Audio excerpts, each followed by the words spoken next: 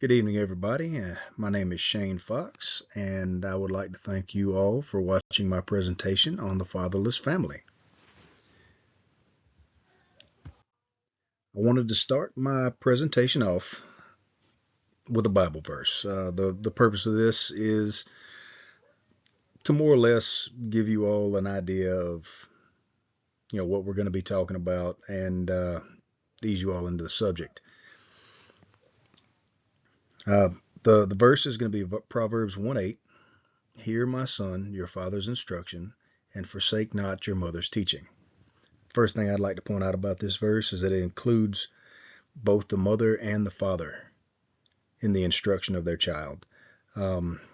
This happens to be King Solomon addressing his children and warning them against the allures of a sinful world, more or less. Warning them against bad behavior. And this will all become very, very pertinent once we move into the rest of the material in this presentation.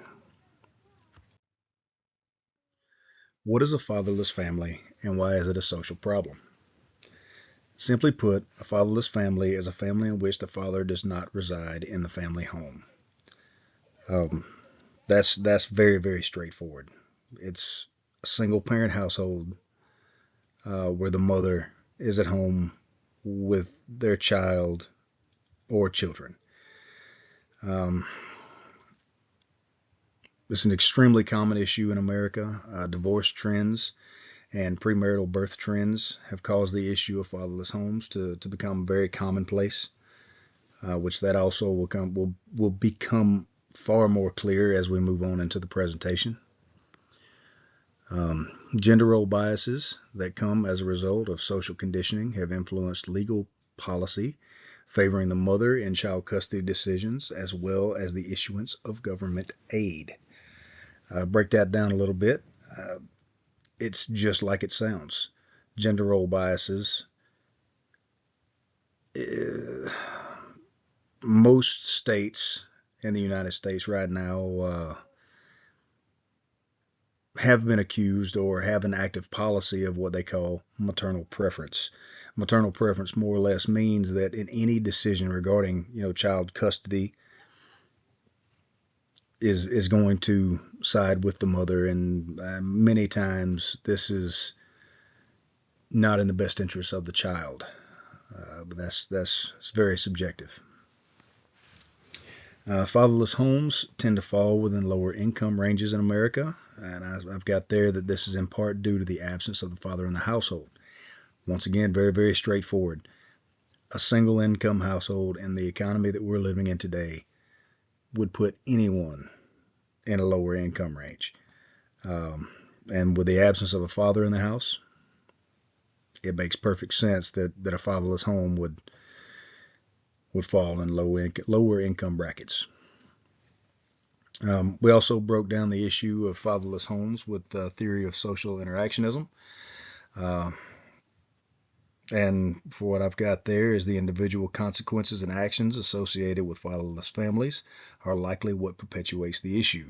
That more or less is saying that it's the specific instances and actions on a day-to-day basis that perpetuate the issue of fatherless homes. Current statistics of fatherless home. As of 2022, roughly 18.3 million American children live in a fatherless home. Put that in perspective, that means 1 out of every 4 children in America, or roughly 25% of America's youth. For me, that was an extremely alarming statistic to think that many of our children live in single parent households. Economic and demographic stats. Single parent employment, roughly 75% of single parents are employed. But the poverty rate among those 75% is at 21%. This is also as of 2022. Single mothers versus single fathers. 90% of single parent households are single mothers, whereas 10% are single fathers. And and women are more likely to live in poverty. And I do have here that 22% of women work part-time, in part because of gender biases in employment and the social pressures of motherhood. What I mean by that is that gender role biases and social pressures that a mother gets from her peers. Women are more likely to work these part-time jobs simply because they feel as though they need to spend more time with their children. Women are, generally speaking, going to be considered the caregivers of the family, even in a family where both parents are present. So there's a lot of social and economic pressures on a woman in a single parent home, in a fatherless home. Causes and consequences. The outright causes for the issue of fatherless family is unclear, but to understand what may cause it, one must first understand its symptoms. These symptoms are very straightforward: financial, social, and emotional stressors on the mothers, mental health of the children, in fatherless family situations, which can range within everything from low self-esteem to outright depression, and the children's socioeconomic and educational implications. Stressed mothers raising stressed children with limited opportunities due to their socioeconomic situation seem to be both the symptom and the cause of a fatherless family. Undereducated children at a high risk of self-esteem issues would surely grow to create the next generation of fatherless families. I think those statements speak for themselves. It's a limitation of opportunity, and a generational curse, if you will. Potential solutions for the fatherless family issue.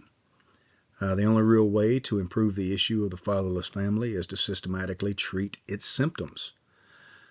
Two ways to help provide more effective environment for child development and prevent the issue for future generations are to improve the women's employment opportunities, improve accessibility of social resources for single mothers and their children. Now, that would only improve the issue. That's not a solution by any means, but